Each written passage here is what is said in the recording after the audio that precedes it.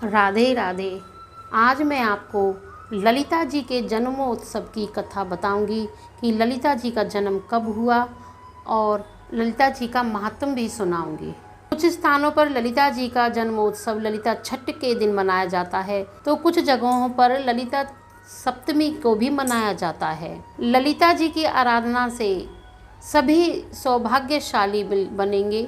आइए जानते हैं ललिता जी का जन्म उत्सव कब मनाया जाता है। भाद्रपद मास की शुक्ल पक्ष की छठ को श्री ललिता जी का जन्म उत्सव मनाया जाता है। बहुत ही मंदिरों में, खासकर ब्रज में तो ललिता जी का जन्मोत्सव बहुत ही हर्षोल्लास के साथ मनाया जाता है। आज हम जानेंगे ललिता जी की जन्म की महत्व। हिंदू धार्मिकों के अनुसार ललिता जी श्री राधा रानी और श्री कृष्ण जी की प्रिय सखी थी।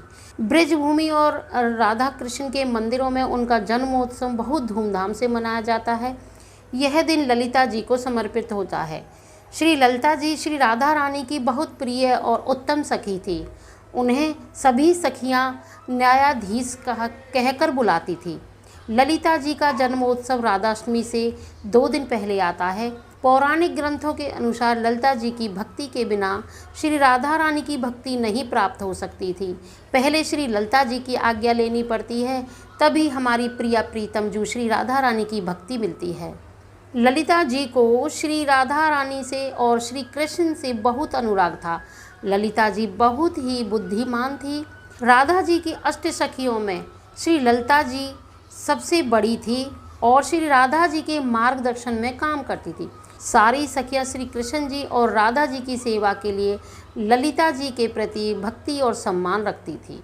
ऐसी मान्यता है कि ललिता जी का जन्म करहेला गांव में हुआ। ललिता जी को श्री कृष्ण की 8 गोपियों में से एक माना जाता है, जो राधा रानी और भगवान श्री कृष्ण की सबसे बड़ी भक्त थी। उन अष्ट सखियों के नाम थे ललिता, विशाखा, तुंग विद्या, चित्रलेखा, इंदुलेखा, चंपकलता, सुदेवी और रंगदेवी। इन 8 गोपियों में ललिता जी सबसे आगे रहती थी।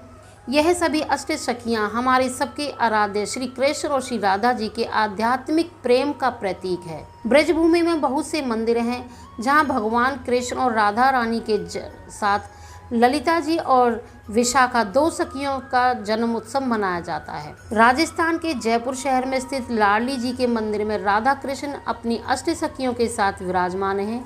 यहाँ हर वर्ष ललिता छठ पर ललिता जी का जन्म उत्सव बड़ी धूमधाम से मनाया जाता है और राधा अष्टमी पर श्री राधा रानी का जन्मोत्सव बड़ी धूमधाम से मनाया जाता है। यह मंदिर ललित संप्रदाय का है। उत्तर प्रदेश में वृंदावन में प्रसिद्ध पवित्र श्री ललिता कुंड स्थित है। इसके विशेष में यह मान्यता है कि इस कुंड में स्नान करने से भक्तों को मोक्ष की प्राप्ति होती है। ललिता जी की भक्ति करने से मनुष्य को श्री राधा कृपा प्राप्त होती है।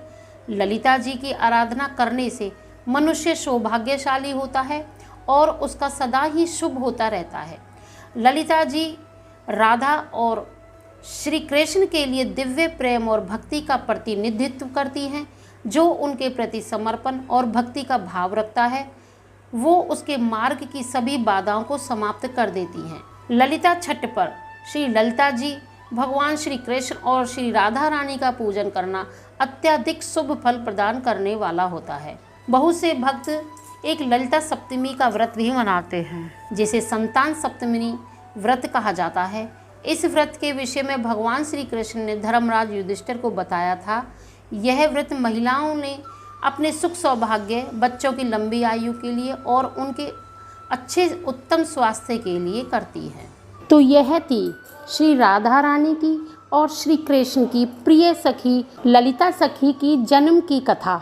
आशा करती हूँ आपको यह ललिता सखी की जन्म की कथा अच्छी लगी होगी और बहुत पसंद आई होगी। राधे राधे।